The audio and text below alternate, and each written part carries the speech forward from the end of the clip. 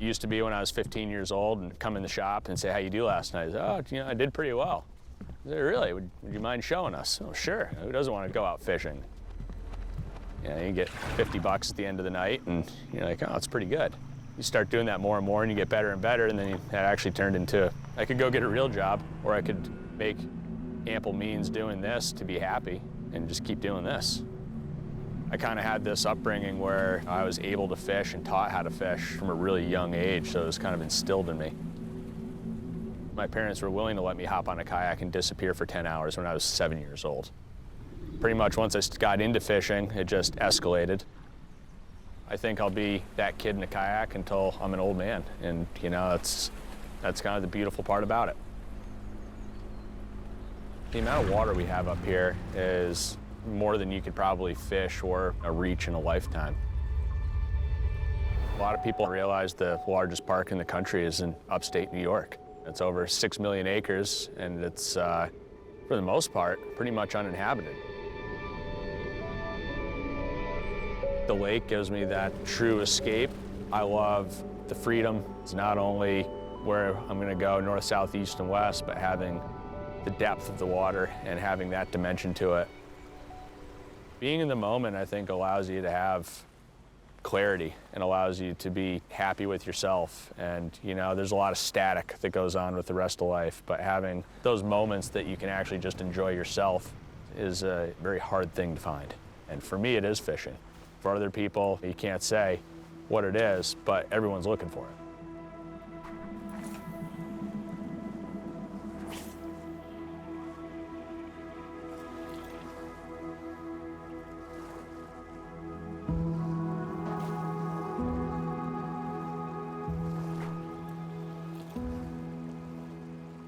When I come into May, it's a pretty special time for me to really focus on myself. There's no birds around yet.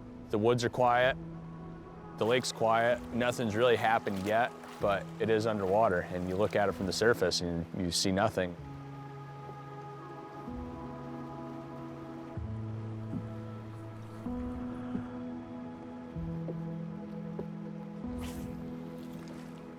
People typically think of lake trout as really deep water fish. And there's a specific time of year, a very narrow window, where when their food is in shallow, those lake trout are in shallow or bordering that shallow water looking to make an opportunity of it. When we're fishing for these type of fish, we're not fishing, we're fish hunting. We are targeting a specific fish and waiting for the fish to come to you and making the most of a single opportunity. Everything's really got to be right. And it's difficult. When it works, it's such a gratifying feeling.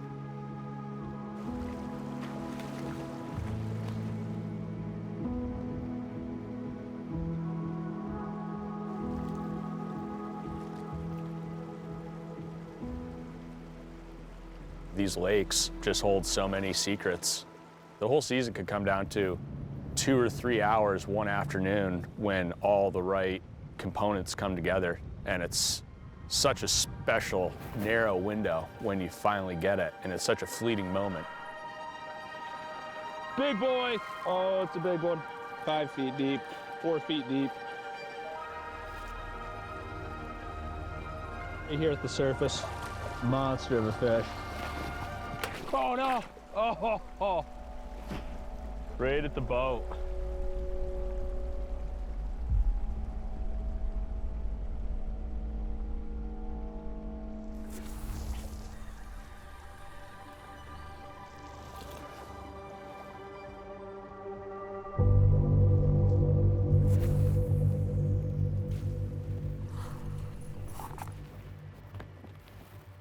Fish. He's wrapped. Get him in there. Get him in there. We're gonna need a bigger net. Are you fucking kidding me?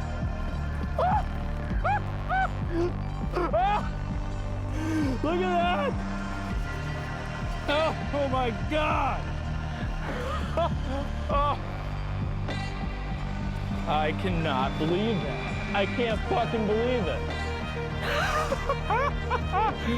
Oh. The guides The gods are smiling upon us.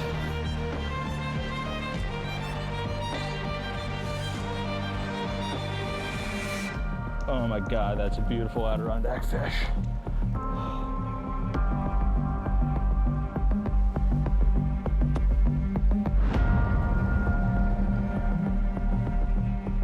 Now she's gonna head home, go make some more.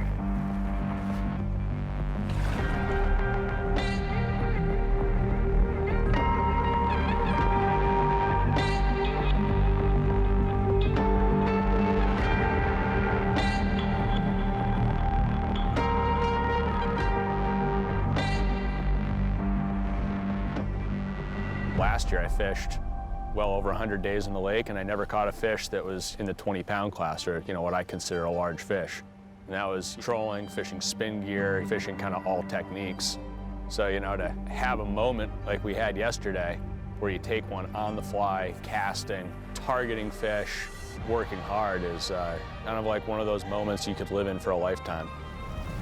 When you're in solitude and you have nothing else to distract you, it allows you to have that focus to turn everything else off. Just be in the moment, just do one thing at a time, do it right.